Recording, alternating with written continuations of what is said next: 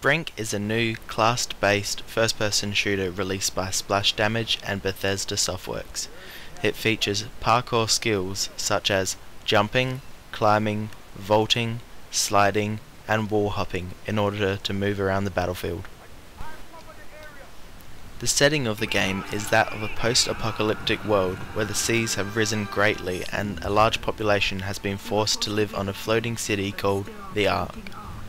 There has been a split in the population where a vast number of the occupants are treated as second-class citizens, cut off from areas of the Ark and have limited access to food and water.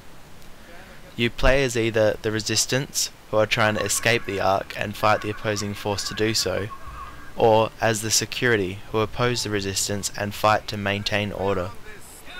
While the circumstances seem very interesting, the campaign mode lacks a lot.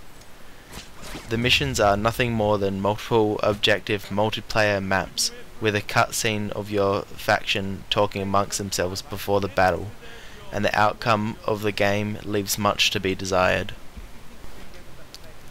One of the most boasted features in the game is the freedom of movement or parkour element. It is used mostly by pressing or holding the sprint button whilst pointing where you want to go. With ease you'll be vaulting over rails, hopping over walls, catching ledges, sliding under obstacles in battle. Though it is satisfying for a while and can be used greatly to secure great flanking positions, etc., the more you play, the more you realise that it doesn't have as big an effect on the game as maybe you thought it would have had. At the end of the day, it wouldn't make a whole lot of difference if there were just a ramp or a walkway to the extended positions you gain by using freedom of movement. The feature also feels a little clunky sometimes when you turn too quickly to jump over an object or don't come in at the angle it recognises. Really, the main lasting effect you'll have of this is the slide mechanic. You'll use it basically all the time, running and sliding between covers, tripping over your opponents, or when used with an equipped ability in the game that tells you when someone has their iron sights on you to slide out of enemy fire. The game has a fairly unique art style.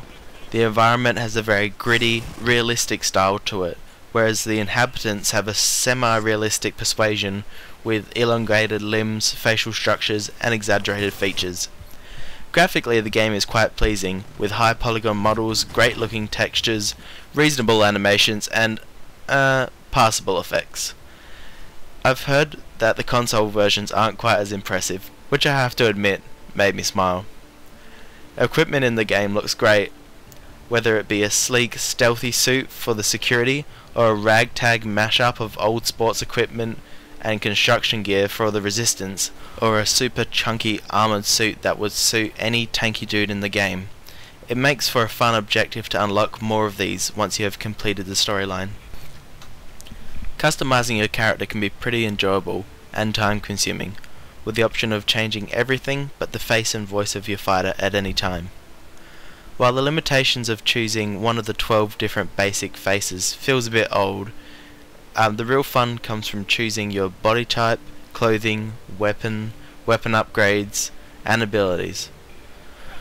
By choosing one of the 3 body types, heavy, medium, and light, you affect the way your character looks along with the health bar size, speed, weapon choices, and movement skills. As a heavy, you have noticeably larger health, a huge choice of very powerful weapons, but slower movement speed, and you can't reach high ledges. Being light, you feel very fragile and have limited weapons, but move around the map with speed and grace, jumping to high ledges, and being the only type able to wall hop. Mediums, well, they're halfway in between. The more you play, the more armor and clothing and accessories you unlock. It's very satisfying. I've already mentioned how great they look.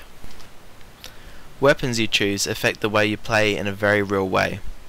You choose a main weapon and an offhand, and each of these having in-depth customization available to sights, magazines, nozzles, launcher attachments, and extra grips. There are a number of abilities that can be purchased with credits gained for leveling your dude. There are 10 to 12 of these for each class and another 10 universal abilities.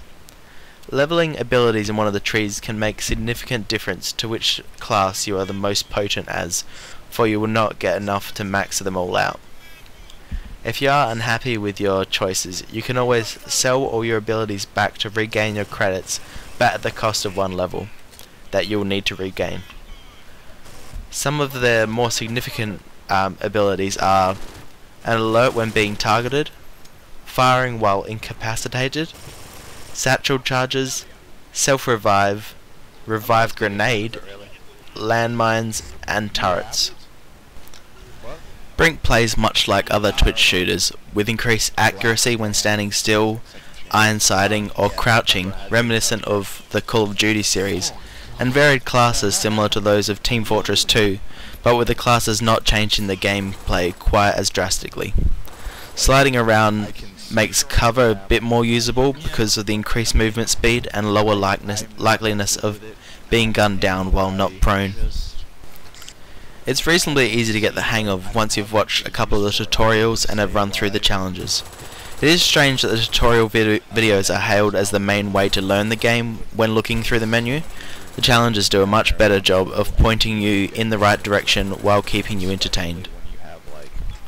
There are multiple objectives on every map, with a time limit in which to complete them.